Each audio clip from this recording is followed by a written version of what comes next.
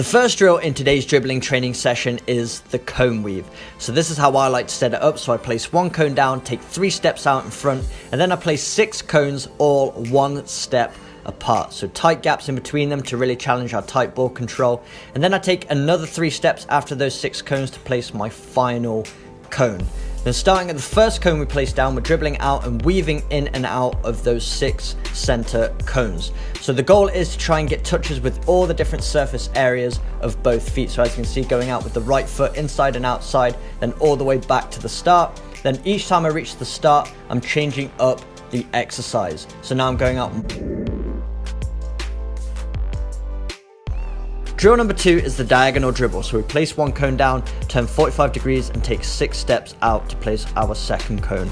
Then we turn 45 degrees in the opposite direction and take 12 steps this time to place our third cone. Then we turn 45 degrees one more time in the opposite direction, 6 more steps to place our final cone.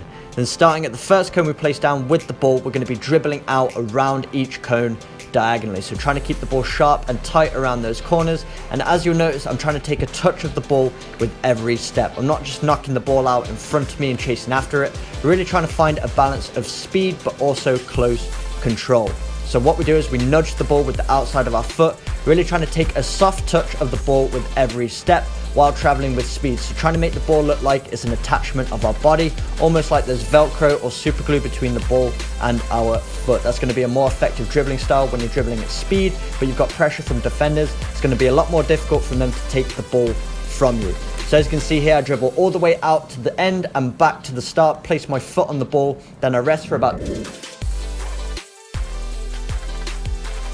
Drill number 3 is the square dribble. So to set it up, we place a cone down, we take 8 steps out in front, put down our second cone, then we turn 90 degrees, take 8 more steps to place our third cone, then we take a 90-degree turn one more time, another 8 steps to place our fourth and final cone, and this forms a square. Then you can start with the ball at any of the 4 corners. Then once again, we're going to dribble around the outside of the square, trying to keep the ball as close to our foot as possible, taking a touch of the ball with every step, then cutting the ball 90 degrees around each corner.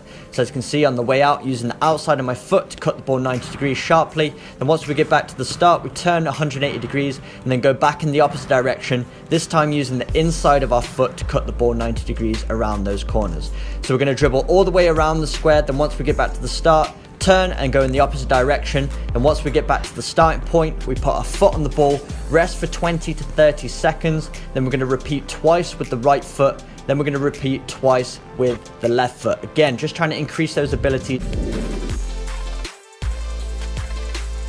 Drill 4 is square turns. So we're using the exact same cone setup we used for drill 3. This time, instead of cutting the ball 90 degrees around each corner, we're actually going to perform a full 360-degree turn. So as you can see on the way out, I'm actually using the outside of my foot to go all the way around each cone. And once we get back to the start, it's a sharp 180-degree turn. Then we go back around the square in the opposite direction, this time using the inside of the foot to perform the turn around each corner. And once we get all the way back to the start, we're going to put a foot on the ball, then we're going to rest for 20 to 30 seconds, and then we're going to repeat twice going out with the right foot, rest, go out twice with the left foot.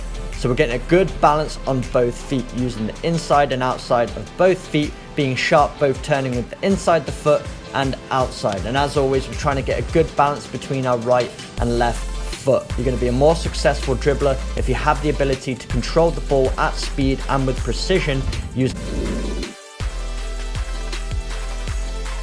Drill 5 is shuttle. So here's how I set it up.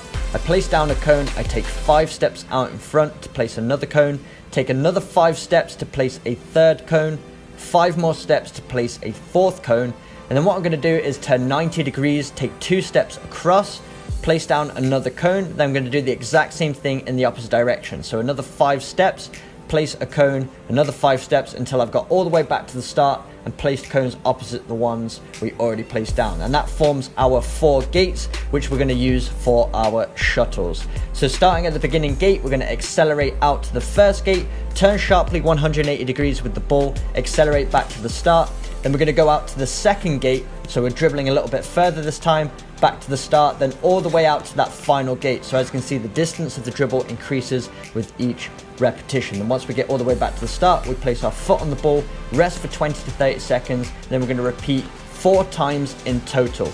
So a very simple drill, but really effective for working on those sharp turns, which is an essential part of dribbling. If you have the ability to dribble in one direction,